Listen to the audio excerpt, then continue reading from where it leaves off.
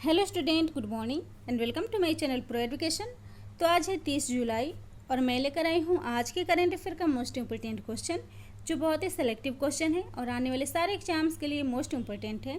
तो प्लीज़ मेरे वीडियो को लाइक कर दीजिएगा, शेयर कर दीजिएगा और मेरे चैनल को सब्सक्राइब कर लीजिएगा और बेल आइकन प्रेस कर लीजिएगा ताकि आने वाले वीडियो का नोटिफिकेशन आपको मिल सके। और इस वीडियो के PDF का लिंक डिस्क्रिप्शन बॉक्स में है, आप वहाँ से PDF डाउनलोड कर सकते हैं। तो चलिए शुरू करते हैं आज का हमारा पहला क्वेश्चन। हाल ही में लखनऊ के सड़कों का नाम बदलकर किसके नाम पर रखा गया है? तो इसका राइट आंसर होगा ऑप्शन बी, लालजी टंडन। तो लखनऊ के सड़कों को अब लालजी टंडन जी के नाम से जाना जाएगा और इसकी घोषणा लखनऊ नगर निगम द्वारा की गई है, जहां लखनऊ के सड़क और चौक चौराहों का नाम मध्य प्रदेश के पूर्व राज्यपाल लालजी टंडन जी के नाम पर रखा गया है। और अब लखनऊ के चौक चौराहों को लालजी टंडन चौराहा और लखनऊ हरदई रोड को टंडन मार्ग से जाना जाएगा। तो लालजी टंडन जी, जिनकी राजनीतिक जीवन की शुरुआत लखनऊ से हुई थी और इसी के उपलक्ष्य में वहाँ के सड़कों का नाम इनके नाम पर रखा जाएगा। तो यह बात हो रही है उत्तर प्रदेश की, जिसकी राजधानी है लखनऊ। मुख्यमंत्री हैं योगी आदित्यनाथ, राज्यपाल है आनंदीबेन पटेल, हाई कोर्ट है इलाहाबाद हाई कोर्ट, जो वर्चुअल कोर्ट शुरू करने वाला देश का पहला कोर्ट है। पड़ोसी राज्य है उत्तराखंड, हिमाचल प्रदेश, हरियाणा, राजस्थान, मध्य प्रदेश, छत्तीसगढ़, झारखंड और बिहार। लोकसभा सीट है 80, राज्यसभा सीट है 31 और विधानसभा सीट है 404। और उत्तर प्रदेश में हाल ही में शुरू की गई कुछ योजनाएं हैं, जैसे आत्मनिर्भर उत्तर प्रदेश रोजगार अभियान, जिसको वहाँ के बेरोजगार लोगों को रोजगार प्रदान करने के लिए शुरू किया गया है। बाल श्रमिक विद्या योजना, जिसका उद्देश्य है उत्तर प्रदेश के बच्चों को आजीविका चलाने के लिए अपनी शिक्षा को छोड़ना ना पड़े। नवीन रोजगार छतरी योजना, इसका भी उद्देश्य है प्रवासी श्रमिकों को रोजगार प्रदान करना। और कोविड-19 के लिए स्व परीक्षण प्रणाली हाल ही में उत्तर प्रदेश में शुरू की गई है।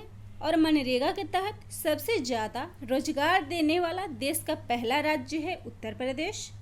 और यूपी ने मेट्रो कोर्ट और एयरफोर्स की सुरक्षा के लिए यूपी स्पेशल सिक्योरिटी फोर्स का भी गठन किया है।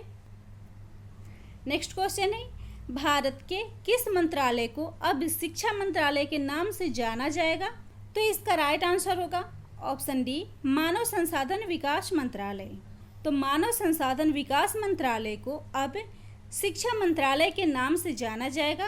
और इस मंत्रालय को शिक्षा मंत्रालय में बदलने के साथ ही वित्त मंत्री निर्मला सीतारमण जी ने नई शिक्षा नीति को भी मंजूरी दी है। तो यह बात हो रही है मानव संसाधन विकास मंत्रालय की। तो मानव संसाधन विकास मंत्री रमेश पोखरियाल निशंक जी ने डिजिटल शिक्षा पर भारत रिपोर्ट 2020 को जारी किया है, जिसमें छात्रों के लिए दूरस्थ शिक्षा और सभी के लिए शिक्षा की सुविधा की जानकारी शामिल की गई है। नेक्स्ट क्वेश्चन है, भारत ने हाल ही में किस देश को 10 ब्रॉड गेज रेलवे इंजन प्रदान किए हैं? तो इसका राइट आंसर होगा ऑप्शन ए, बांग्लादेश। तो भारत ने बांग्लादेश को 10 ब्रॉड गेज रेलवे इंजन को प्रदान किया है। और इस इंजन को भारत ने बांग्लादेश में अंतर्राज्यीय और अंतर्राष्ट्रीय दोनों प्रकार की सुविधा प्रदान करने के उद्देश्य से दिया गया है। और यह इंजन बांग्लादेश में यात्रियों की संख्या बढ़ाने और मालगाड़ी के परिचालन को बेहतर बनाने में सहायता करेगी। तो यह बात हो रही है बांग्लादेश की। राजधानी है ढाका, प्रधानमंत्री हैं शेख हसीना, राष्ट्रपति हैं अब्दुल हामिद।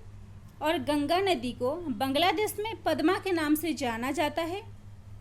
और भारत बांग्लादेश के साथ सबसे लंबी सीमा बनाती है, जिसकी लंबाई है 4096 किलोमीटर। और सार्क का मुख्यालय बांग्लादेश की राजधानी ढाका में स्थित है। और बांग्लादेश ने बकरीद के अवसर पर बलि देने वाले पशुओं को खरीद बिक्री के लिए डिजिटल हाट प्लेटफॉर्म को लॉन्च किया है। और हाल ही में भारतीय रेलवे ने पहली बार आंध्र प्रदेश के गुंटूर से सूखी मिर्ची बांग्लादेश को भेजी है। और बांग्लादेश ने सोशल मीडिया के लिए फ्री इंटरनेट पर प्रतिबंध लगा दिया है।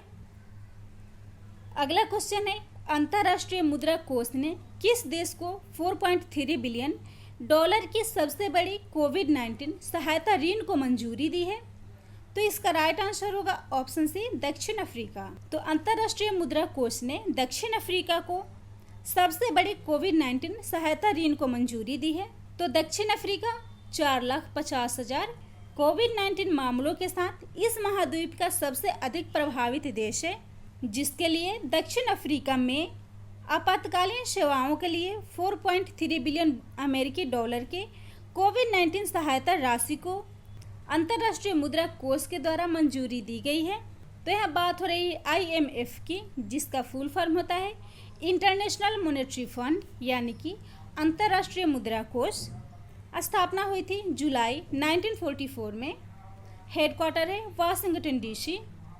प्रबंध निदेशक हैं क्रिस्टलिना जॉर्जीवा और मुख्य अर्थशास्त्री हैं गीता गोपीनाथ और सदस्य देश है 189 कंट्री। तो IMF ने दक्षिण अफ्रीका को सहायता राशि प्रदान की है। तो दक्षिण अफ्रीका, राजधानी है प्रिटोरिया, राष्ट्रपति हैं सिरिल रामफोसा और करेंसी है दक्षिण अफ्रीकी रैंड। तो IMF ने हाल ही में भारतीय अर्थव्यवस्था की रिपोर्ट जारी की है, जिसमें इस रिपोर्ट के अनुसार 2020 में भारत की अर्थव्यवस्था 4.5% रहेगी और 2021 में 6% रहने का अनुमान लगाया है। और IMF ने वैश्विक विकास दर को 2020 में 4.9 रहने का अनुमान लगाया है। नेक्स्ट क्वेश्चन है, हाल ही में गुस्ताव अवार्ड जीतने वाली भारत की पहली सौर ऊर्जा संचालित नौका कौन सी है? तो इसका राइट आंसर होगा ऑप्शन ए, आदित्य। तो इस सौर ऊर्जा संचालित नौका का नाम आदित्य है। तो भारत की पहली सौर संचालित नौका आदित्य को इलेक्ट्रिक बोट सपोर्टिंग में उत्कृष्टता के लिए गुस्ताव ट्रोवे अवार्ड से सम्मानित किया गया है और इस नौका को दुनिया के सर्वश्रेष्ठ इलेक्ट्रिक बोट घोषित किया गया है। तो गुस्ताव ट्रोवे अवार्ड्स, इस अवार्ड को विश्व के ऐसे व्यक्तियों और कंपनियों को दिया जाता है जो अत्याधुनिक इलेक्ट्रिक नौकाओं के निर्माण और इनोवेशन में लगे हुए रहते हैं। इस क्वेश्चन से जुड़े कुछ इंपॉर्टेंट पॉइंट्स हैं, जैसे हाल ही में छत्तीसगढ़ के दर्पण वेबसाइट और मोबाइल एप्लीकेशन को एलिट्स एक्सीलेंस अवार्ड से सम्मानित किया गया है और इस पोर्टल और एप्लीकेशन को छत्तीसगढ़ में योजनाओं पर नज़र रखने के लिए लॉन्च किया गया था। अंतर्राष्ट्रीय ओलंपिक समिति के मुख्यालय को US green building leadership award से सम्मानित किया गया है और हाल ही में केम्पे गौड़ा को भारत और मध्य एशिया का सर्वश्रेष्ठ हवाई अड्डा चुना गया है। अगला क्वेश्चन है, IRCTC ने किसके साथ मिलकर सह ब्रांडेड संपर्क रहित क्रेडिट कार्ड को लॉन्च किया है? तो इसका राइट आंसर होगा ऑप्शन डी, SBI कार्ड। तो IRCTC ने SBI कार्ड के साथ मिलकर सह ब्रांडेड संपर्क रहित क्रेडिट कार्ड को लॉन्च किया है और इस कार्ड को रेल यात्रियों की सुरक्षित और सुविधाजनक यात्रा के लिए शुरू किया गया है, जिसके द्वारा कार्ड को POS मशीनों पर स्वैप करने के बजाय कार्ड टैप करके भुगतान किया जा सकता है। तो यहाँ बात हो रही है IRCTC की, जिसका फुल फॉर्म होता है Indian railway catering and tourism corporation. स्थापना हुई थी 27 सितंबर 1999 में। मुख्यालय है नई दिल्ली और चेयरमैन और MD है महेंद्र प्रताप मौल। तो इसने साझेदारी की है SBI कार्ड्स के साथ, जो कि SBI का एक ब्रांच है। स्थापना हुई थी 1998 में। मुख्यालय है गुरुग्राम हरियाणा और यह क्रेडिट कार्ड और पेमेंट्स की सर्विस प्रोवाइड कराता है और हाल ही में इसके अध्यक्ष बने हैं अश्विनी कुमार तिवारी। नेक्स्ट क्वेश्चन है, quotes for restoring financial stability in India पुस्तक को किसने लिखा है? तो इसका राइट आंसर होगा ऑप्शन डी, V आचार्य। तो V आचार्य ने इस पुस्तक को लिखा है और V आचार्य भारतीय रिजर्व बैंक के डिप्टी गवर्नर हैं और इस पुस्तक में भारत में वित्तीय स्थिति को बहाल करने के लिए उनके द्वारा किए गए अनुसंधान का वर्णन किया गया है, जो निरंतर सुधार के लिए एक ठोस योजना प्रदान करती है। और इस पुस्तक में दरों में कटौती के लिए मौद्रिक नीति समिति पर भी पड़ने वाले दबाव का उल्लेख है। तो इस क्वेश्चन के ऑप्शन को भी डिफाइन कर लेते हैं।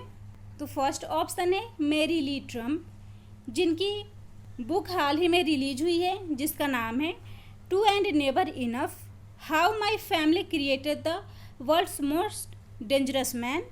सेकेंड है डॉक्टर एस जयशंकर, जिनकी पुस्तक का नाम है the Indian way, strategy for an uncertain world. और थर्ड है आशीष रे, जिनकी पुस्तक है cricket world cup the Indian challenge.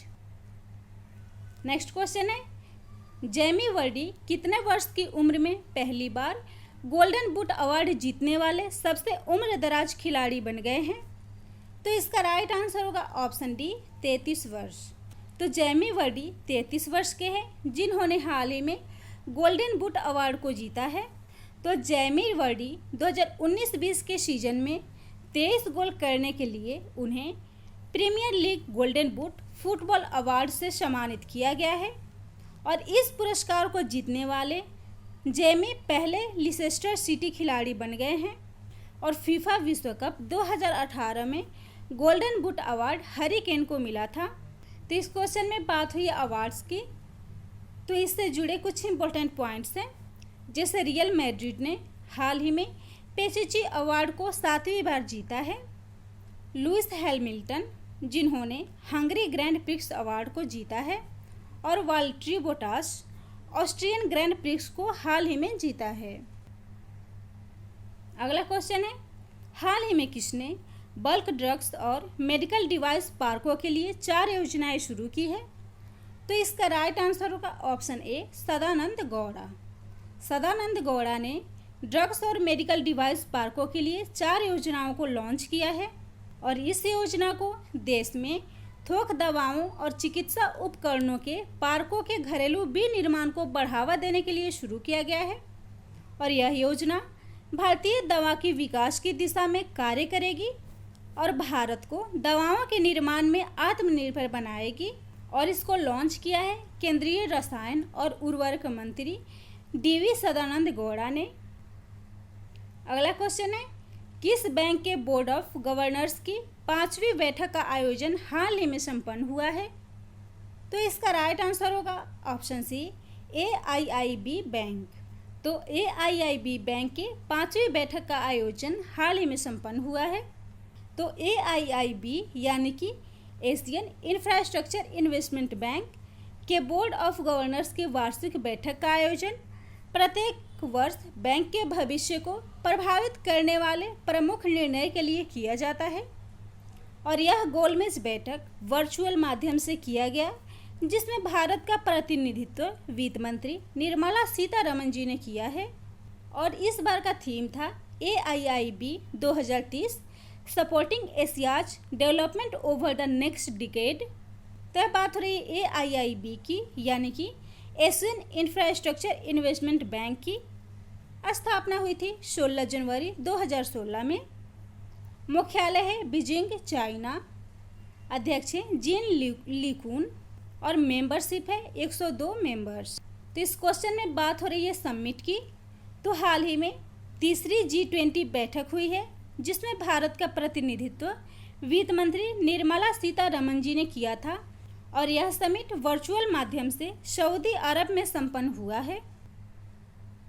Next question है कोविड-19 risk management app lives COVID score को विकसित करने के लिए अकुली लैब्स के साथ किसने साझेदारी की है?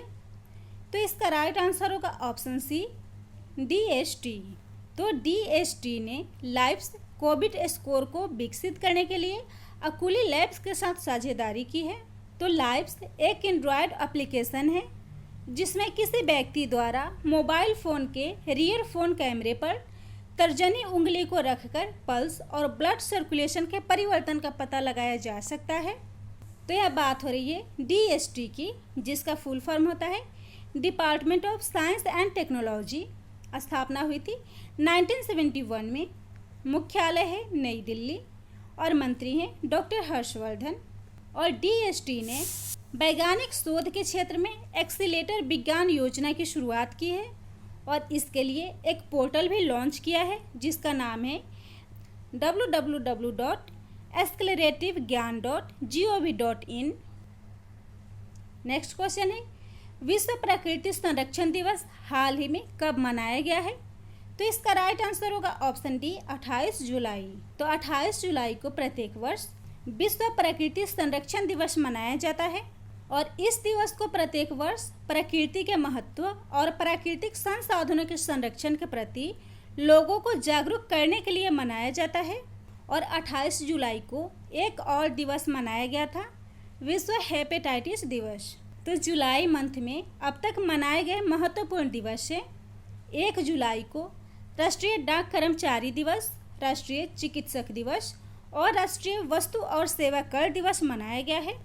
2 जुलाई को विश्व खेल पत्रकार दिवस, 4 जुलाई को अंतर्राष्ट्रीय सहकारिता दिवस, 6 जुलाई को विश्व पशुजन्य रोग दिवस, 7 जुलाई को विश्व चॉकलेट दिवस, 11 जुलाई को विश्व जनसंख्या दिवस और 12 जुलाई को विश्व मलाला दिवस मनाया गया है।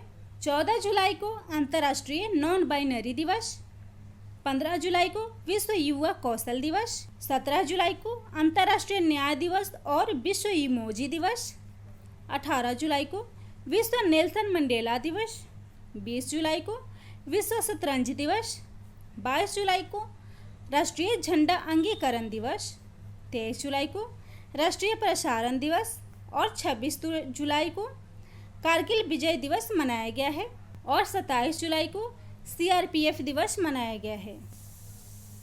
नेक्स्ट क्वेश्चन है, दुनिया का सबसे बड़ा सौर ऊर्जा संयंत्र कहाँ पर स्थापित किया गया है? तो इसका राइट आंसर होगा ऑप्शन ए अबू धाबी। तो अबू धाबी में दुनिया का सबसे बड़ा सौर ऊर्जा संयंत्र को स्थापित किया गया है और इस सौर ऊर्जा संयंत्र को विकसित किया गया है फ्रांस की EDF तथा जिनको पावर और अबू धाबी की नेशनल एनर्जी कंपनी द्वारा, और इसकी कुल क्षमता 2 गीगावाट है। तो यह बात हो रही है संयुक्त अरब अमीरात की, राजधानी है अबू धाबी, राष्ट्रपति हैं शेख खलीफा बिन जायद अल नहयान और करेंसी है दिरहम।